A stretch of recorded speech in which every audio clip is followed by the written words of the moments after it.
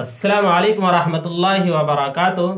جی حضرت، ایک سوال ہے ہمارا کہ آپ صلی اللہ تعالی علیہ وسلم کی جنت کے اندر دنیا کی کن کن عورتوں سے شادی ہوگی، کتنی عورتوں سے شادی ہوگی، اس کے بارے میں وضاحت فرما دیجئے حضرت۔ جی، وعلیکم السلام ورحمۃ اللہ وبرکاتہ۔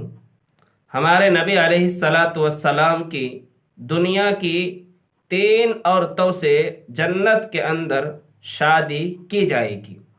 دنیا کی 3 عورتیں جنت کے اندر ہمارے نبی علیہ السلام سے شادی کی جائے گی۔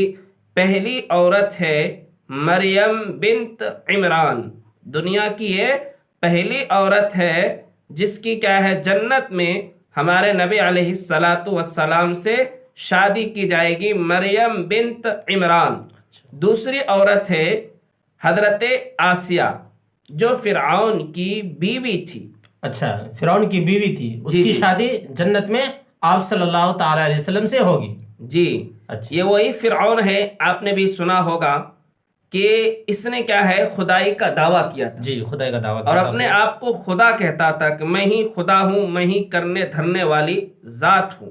جی، جس نے کیا ہے، پوری دنیا کے اندر پوری تباہی مچا رکھی تھی۔ جی، اور جس وقت حضرت موسیٰ علیہ السلام کی پیدائش ہوئی تھی تو اس سے پہلے ہی کچھ نجومی حضرات نے فرعون کو یہ خبر دی تھی، اطلاع دی تھی کہ آپ کے دور کے اندر، آپ کے زمانے کے اندر ایک ایسا بچہ پیدا ہونے والا ہے جو آپ کی مخالفت میں کھڑا ہوگا۔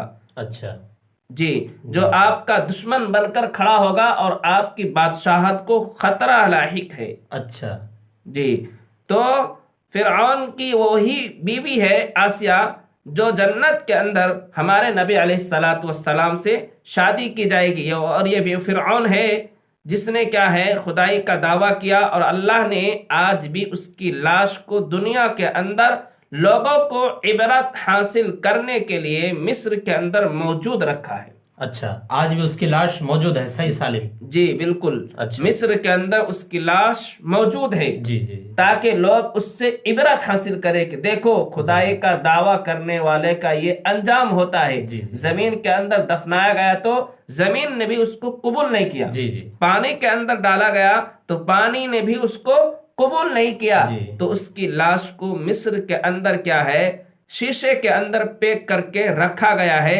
حضرت